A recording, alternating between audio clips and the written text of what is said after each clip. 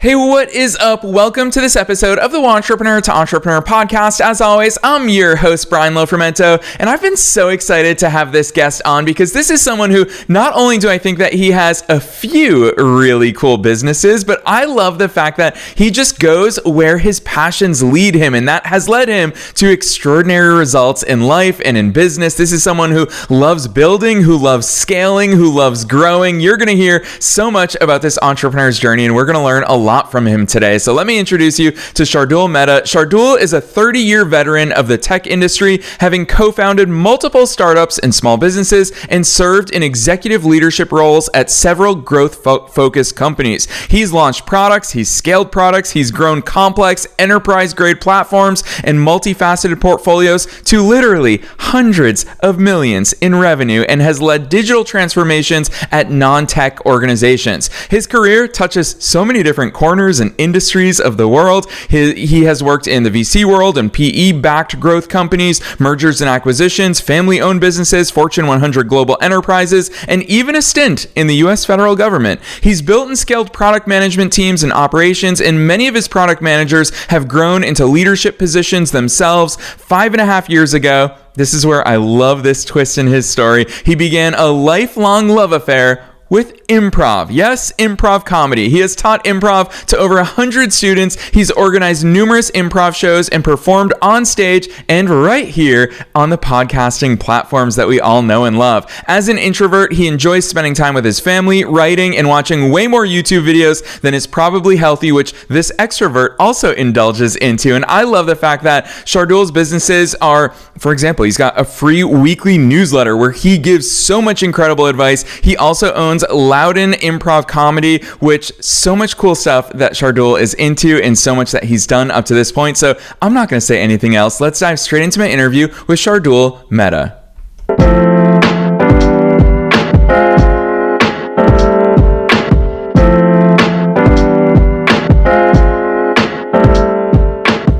All right, Shardul, I am so very excited that you're here with us today. First things first, welcome to the show. Thanks so much, Brian. It's exciting to be here. Heck yes. It feels fun even doing the intro for you because you've touched so many different fun projects, businesses, things that you've worked on, from improv to technical stuff to your newsletter, giving value in the world. Shardul, I'm excited for you to take us beyond the bio because I don't know how you tell this story of how you've started doing all this, but take us there. Who's Shardul? How did you get into all these cool things? Yeah, Brian, so I saw in your guide that you were going to start by asking me that question, and I was thinking, gosh, I don't know where to start even. But I guess, I think a lot of it has to do with my upbringing. So I was born in the U.S., and I grew up half my life in the U.S. and half my life in India. My parents were originally from India, so it's sort of in a way, kind of your classic immigrant story. They came for their master's degrees, and then they met, got married, had a couple of kids, me and my brother. My dad was really into technology. And I still remember he got one of the first PCs back in 1984 or whatever it was. It was an HP 8084 or HP 85 maybe. And I thought it was like, wow, this is the most amazing thing I've ever seen in my life. And I just dived in. And I think that really brought out the creator in me. And then from there, I did a computer science degree. I don't know that I was really that good as an engineer, probably. I had a chance to work with some really great programmers, software engineers. I just thought they were way better than me, but I loved the building process. I loved innovation. And I quickly realized that my career was going to be, in that avenue. And so after graduating, I did a few stints as a software engineer in different companies, but I always had a hankering to do my own business. So here's where, instead of actually doing a business, I actually went to business school because I figured I don't know the first thing about business, so I got to learn. And so coming out of there, that was sort of the dot-com bubble. So maybe some of your older listeners might remember the dot-com era back in 2000. So I did a dot-com in healthcare, which dot-bombed.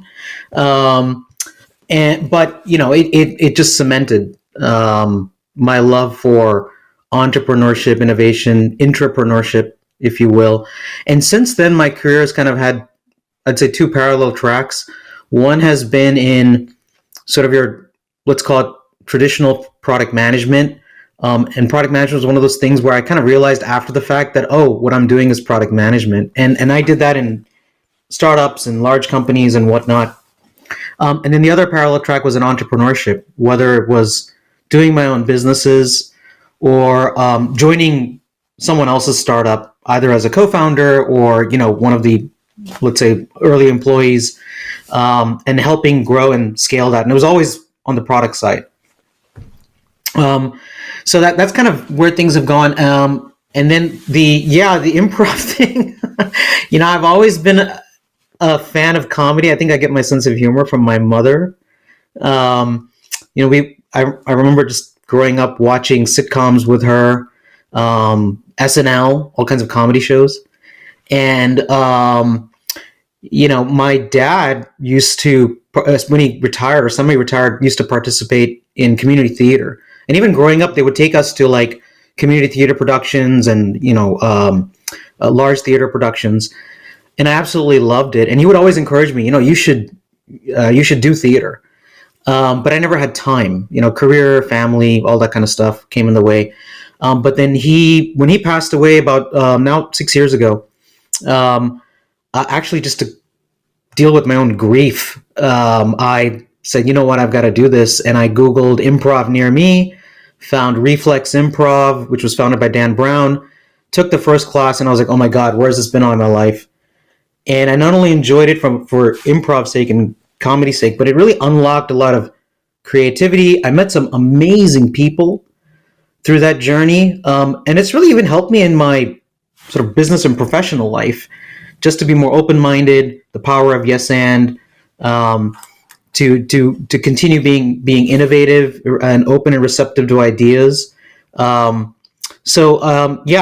really has helped tremendously. So yeah, that's kind of where I've been. And then I always had a goal to sort of maybe not have a real job, I suppose, which is kind of what I'm doing now. Years ago, I started an organization called Product Camp DC when we had moved to the DC metro area, Washington DC metro area, and I didn't know anybody. So it was really the driver behind that was just to meet other people, other product managers in the area, because it was way outside of Silicon Valley, way outside of the tech hub. And I started Product Camp DC, grew that membership pretty large, was pretty successful with a couple of other co-founders. And then through that journey, I started blogging when people were doing that sort of thing. And it was called Street Smart Product Manager. And amazingly, it had got a few subscribers. And I shut it down a few years ago just because I couldn't keep up. But I would get pinged every now and then, people asking me, hey, do you have any of your old blog posts still? Or do you have any of your old videos? I had a couple of online courses. And so about a year ago or so, 6 months to a year ago, I thought, okay, well, let me actually do this deliberately. And that led to the current newsletter, Street Smart Product Manager, which is a once-a-week publication for product managers to help them grow. And there was not a huge, there was not an amazing business model behind it. It was just, let me just help people. People can even book time with me. My calendar is right there in my LinkedIn profile. They can grab 30 minutes with me, and I get to talk to product people all over the world about their challenges, and it's been amazing. And then through that, I resurfaced and relaunched one of my courses called 1 Week Product Roadmap, which launched just last month, to help product managers with their challenges with product road mapping and dealing with stakeholders. So let me stop there because I could keep on going, but that's probably a lot. Yeah, I really appreciate that overview, Shardul, because like you said, it absolutely is a lot, and there's so many fun branches that we could go on. But what I really want to pick on right now is that product manager mindset. It just seems to me like you've taken that not only through your professional career, but also to the way that you run your businesses and the way that you start your businesses. I feel like a lot of people in society and just colloquially, we've heard that term of a product manager, but I would argue that few people outside of that world know what it actually means. And I will say from my perspective as a lifelong entrepreneur, I'm 16-ish, 17 maybe years into my entrepreneurial journey. And it seems to me like you called it out, actually, it's the rise of a new word that I love, which is intrapreneurship, doing that within a company. Because when I see the product manager role, I actually view it as you essentially are launching and scaling a business within a business, a product line that really succeeds on its own and serves customers. These are the very words that we use when it comes to growing a business. What is that product manager role? How does that play into the way that you view not only your professional career leading up to this point, but of course your many entrepreneurial ventures? What are those similarities and differences there? Yeah, Brian, you put it really well, actually. And it's one of the things that I kind of realized early in my journey, that holy cow, like product management and entrepreneurship have so much similarities. And though there are obviously fundamental differences, entrepreneurship is also about company building, which has got a lot more to it.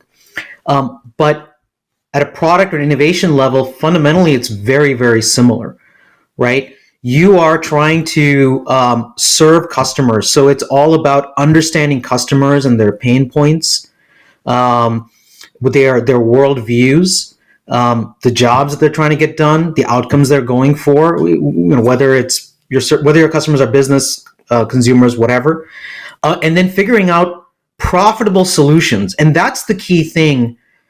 A lot of product managers then get into the tech and the technology and the operational aspects and those sort of things.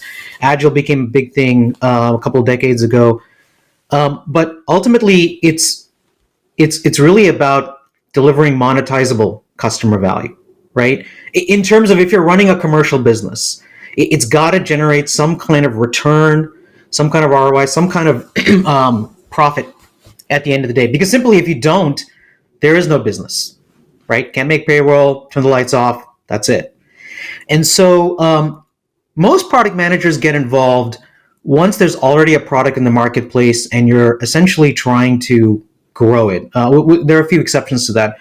A lot of it is intrapreneurial, absolutely, if you will, which is not a term, by the way, that I coined. It's from a book that I read many, many years ago about essentially how to be an entrepreneur within an existing company. And so, it could be anything from we have an existing business and we want to launch a brand new product, right? And it's very similar to a startup that way. Who's the customer? How are we going to get traction in the marketplace? What's the right way to build that product? What's the pricing? What's the go-to-market? All those sort of things, right?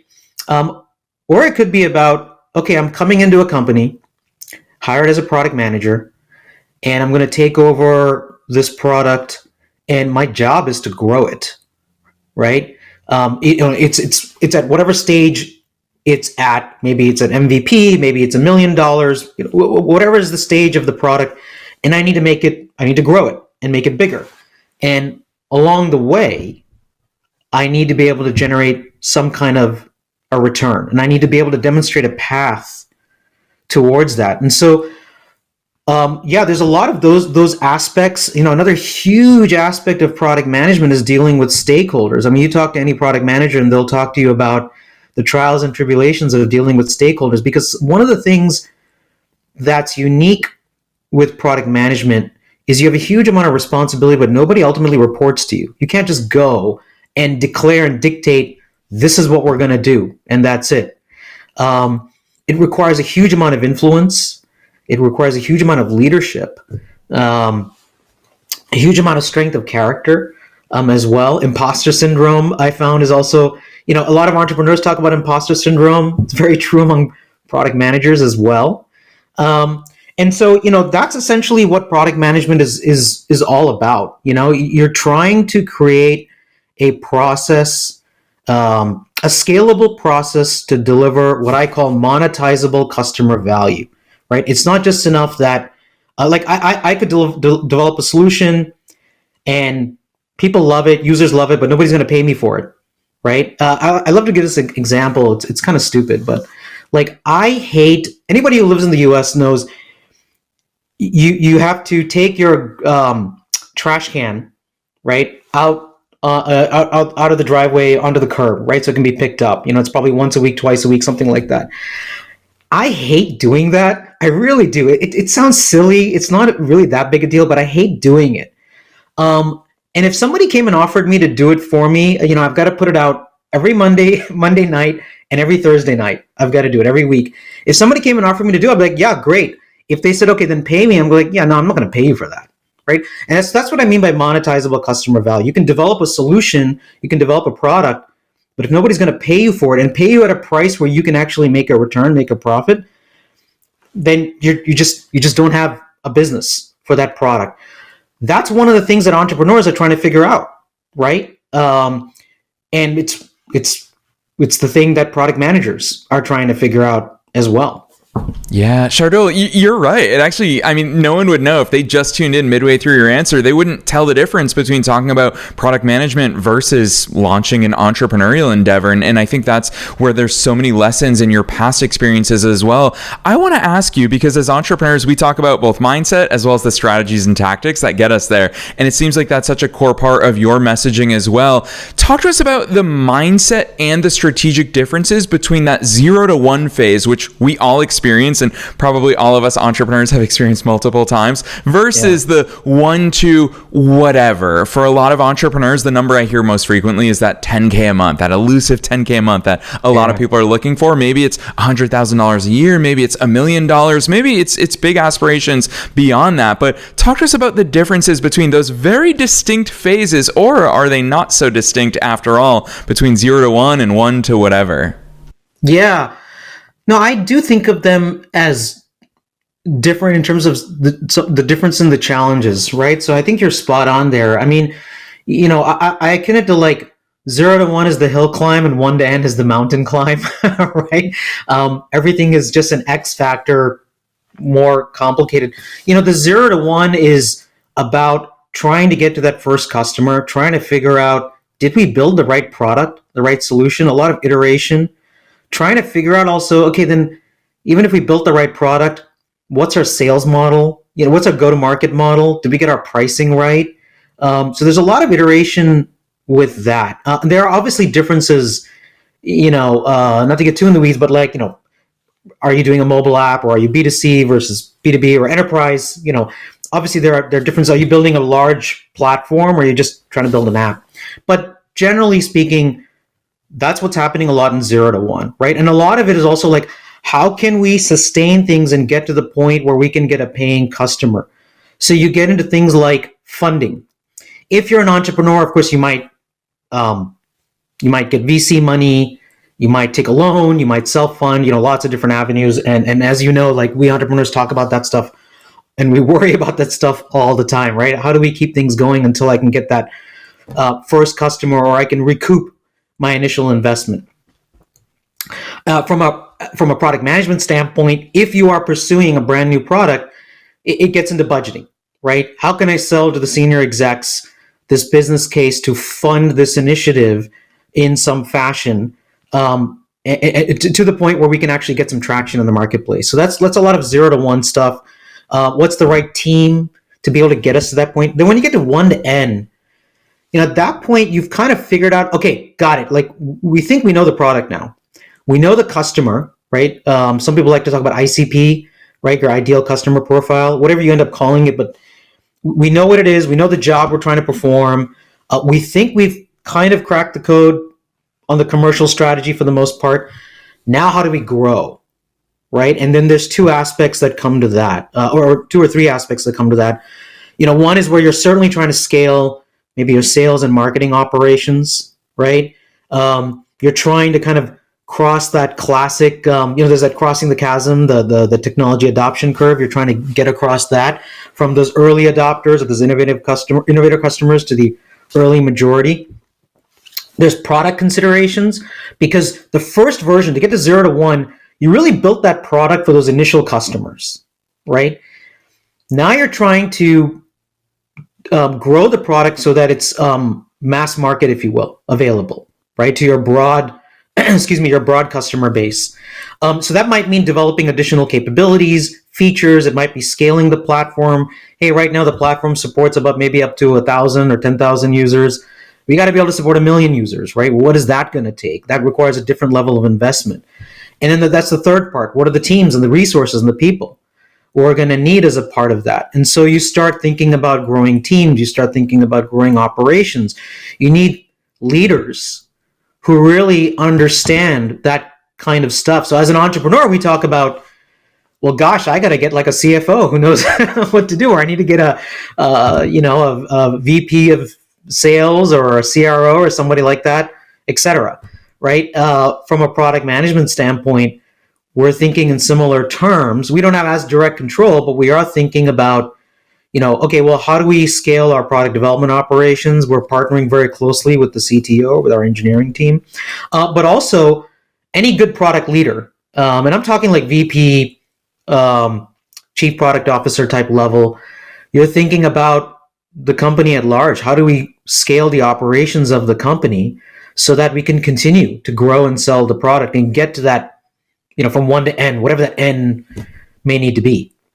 Yeah, I love the way you talk about these things, Shardul, because you lay them out. Listeners, there's a rewind button on your podcast player for a reason. Go back and listen to that because there are different considerations along the way. And Shardul, I think that these constraints, when you give us that framework, they give us clarity, they give us focus. So there are different questions that we have to ask at different times along our journey. And I think it's incredible the way that you've articulated that for us here, because obviously you are a master of improv, and we're going to go there next because I want to talk to you about the world of improv. Obviously, listeners know here on this show, we're always improvising. There are no pre-planned questions. We go where the conversation takes us. And I also know that the world of improv gives you a set of skills. I think that's what most people don't realize until they enter the world of improv or they have friends who do improv, is they don't realize the skills that come along with it. You actually put in your bio that you're an introvert, and probably, Shardul, a lot of people won't realize, an introvert loves being on stage, loves performing improv. Talk to us about some of those lessons you've picked up along the way in improv that you think also cross that bridge and apply directly to entrepreneurship.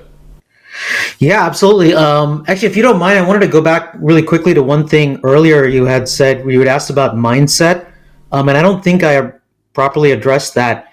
And so one of the things that I've learned in terms of mindset, whether you're an entrepreneur or you're a product manager or product leader, is there's a lot of similarity in terms of like being very solution oriented, but it does require also a lot of strength of character, because you will face a lot of disappointments, a lot of challenges.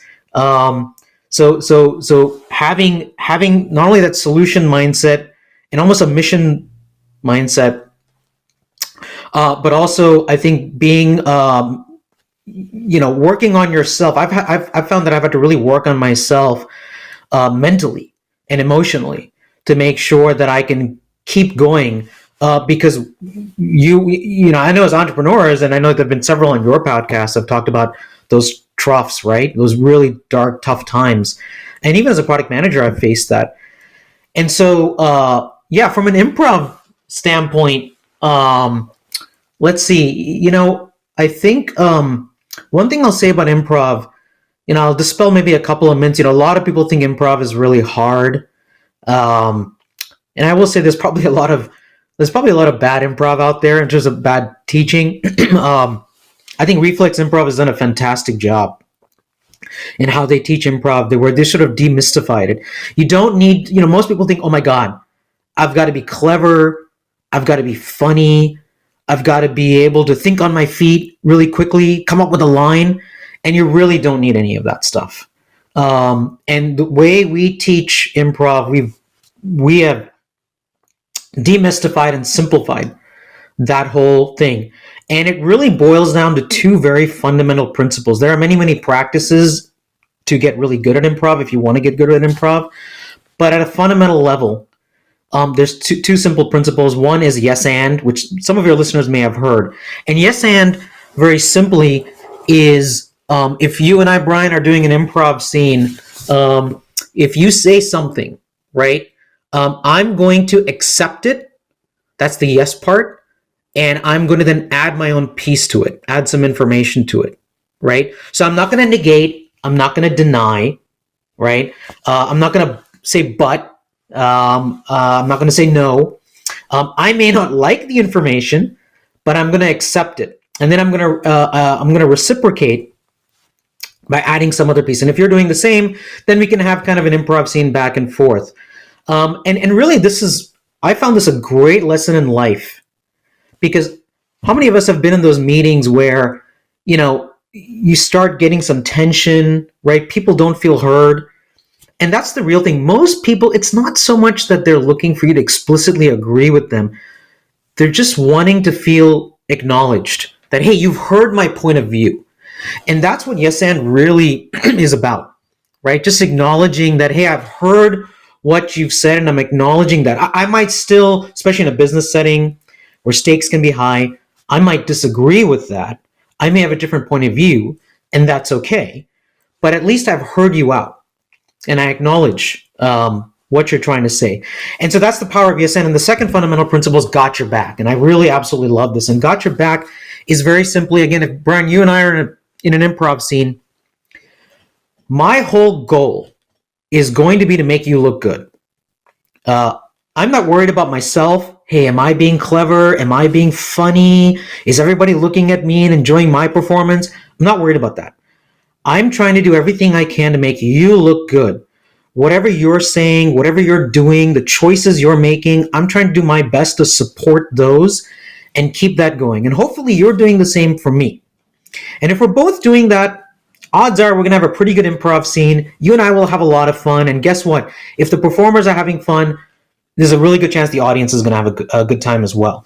And so if you kind of bring that to life. Oh, I should say one other thing. Sorry, I interrupted myself, which is we begin every performance with this great ritual called Got Your Back, which is we normally perform in troops, but before we get on stage and before we go and perform, we just lightly tap each other on the shoulder or the back, and we say, got your back. We explicitly say those words, make eye contact, and say, got your back.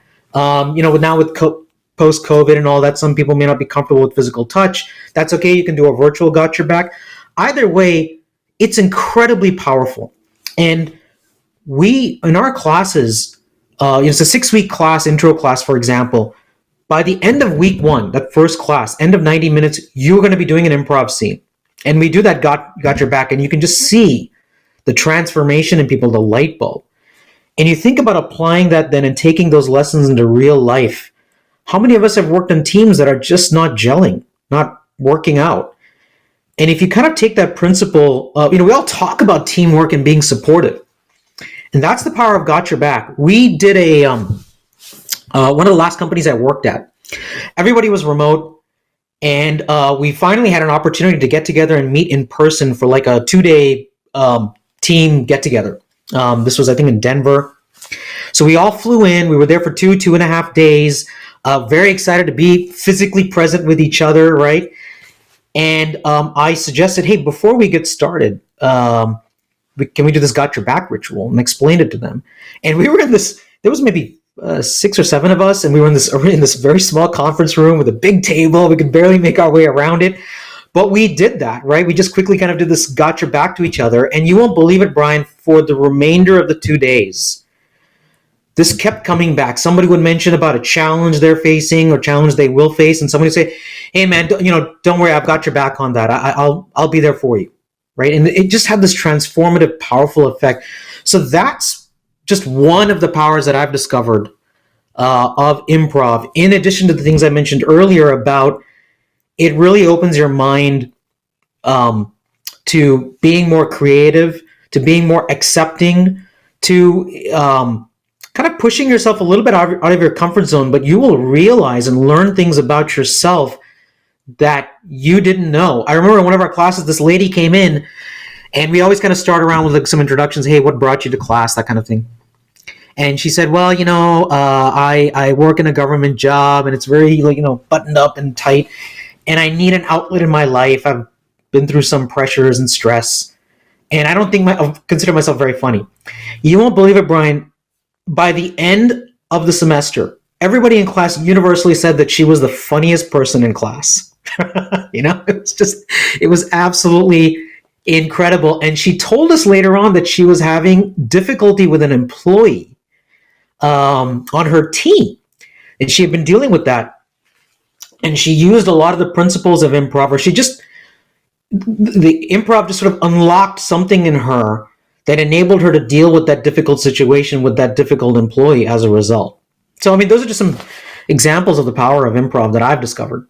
Yeah, I love that, Shardul. I'll tell you what I really appreciate about you is it just seems to me when it comes to the way that you learn and the way that you see the world, there are no boundaries. There are no borders or walls. You'll pick up life skills. You'll pick up entrepreneurial insights and tools and lessons from every single thing that you experience, from every single thing that you do and what you study. So hearing you talk about the powers of improv, I'm thinking, gosh, this is like communication 101. This is sales 101. This is marketing. This is copywriting. This is all of those. 100%. You're absolutely right. I mean, Brian, like I've learned, one of the things is like, certainly as an entrepreneur, and I know you know this very well, we are challenged to, the problem is where do we focus, right? Because we have to learn so much in such little time.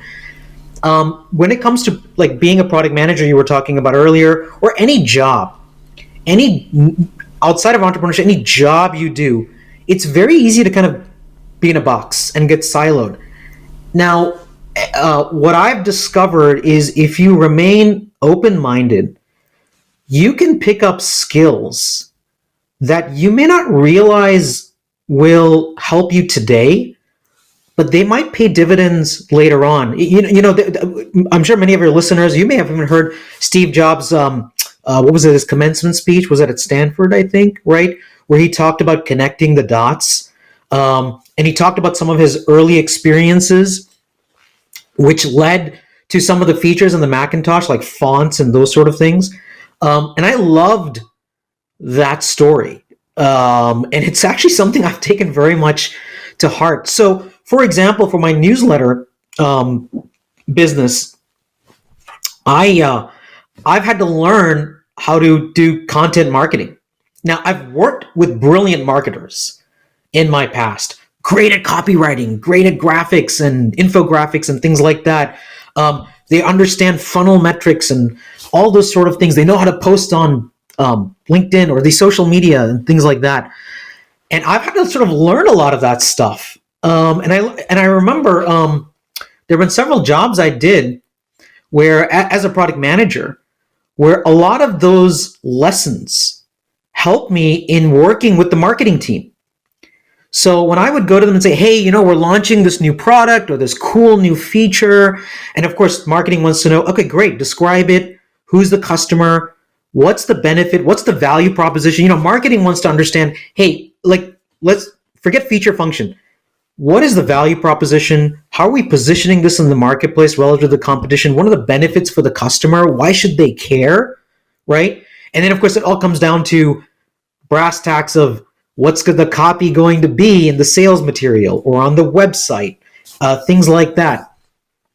And so having even just dabbled a little bit, let alone actually having deliberately done copywriting, really helped me connect with them and speak their language. And so I was actually able to I would actually be able to type something up pretty quickly and give it to them and say, hey, hopefully this gives you a starting point.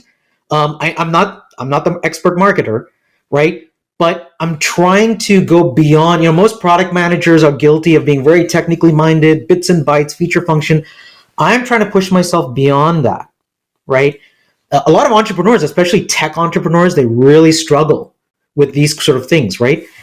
If I can give marketing something and the sales team something, or any of the customer facing teams something that speaks in the customer's language, it just accelerates things. It gives us a leg up. And frankly, it's really important even for me, whether it's as an entrepreneur, intrapreneur, innovator, product manager, because yes, when it comes down to engineering, development, there's a lot of, there's code, bits and bytes and all that technical stuff, but it starts with the customer's language and the business language, and that becomes really important. That's one of the things I really push product managers and counsel them on is speak in the customer's lingo, speak in terms of business and money.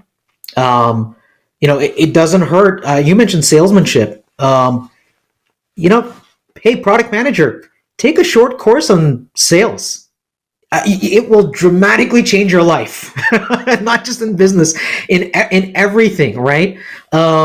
take a course on that. Take a course on storytelling, because what is a product but a story at the end of the day that we're trying to tell, right? And so 100%, I think if you stay opportunistic, if you stay open-minded, and kind of push yourself and open yourself to some of these other opportunities, you will pick up skills in life that you will see people pay dividends, whether it's in professional setting or in a personal setting. I mean, really, at the end of the day, the real currency that I believe there's no job security, right? The real currency now, I think, in the 21st century or in 2025 is skills and results, right? That's your real currency. So yeah, I mean, like, carve your own path, be open-minded, and be opportunistic. Yes, so well said, and lots of valuable insights. So I have no idea how you're going to top all of that, Shardul, in my final question, and that is, what's your best piece of advice? You have dropped so much knowledge and so much brilliance on us here today throughout our conversation that I feel like we touched on so many different things, and we could probably do a podcast episode on each of these topics individually. But knowing that we're being listened to by both entrepreneurs and entrepreneurs at all different stages of their growth journeys, as a fellow entrepreneur, what's that one piece of advice that you want to leave them with today? Gosh, I knew you were going to ask me this. And so, if I could cheat and say two quick things. One is index on doing. Don't analyze and think too hard. Don't plan too much. Just do, right? Try something. It may not work. Try something else, right? That is the best way to learn. And the second thing is that, like I said, career success is going to come to those who own it. Don't rely on your employer or someone else. Like I said, there's no job security. The only real currency, the only things you should really be investing in is develop skills that matter in the marketplace and deliver results. The people who can figure it out and can deliver results, you will always have a job. You will always have a career opportunity. And be your own best advocate. Don't be arrogant, but don't be shy about promoting yourself. That's the way to, I think, have a career fulfillment, in my opinion.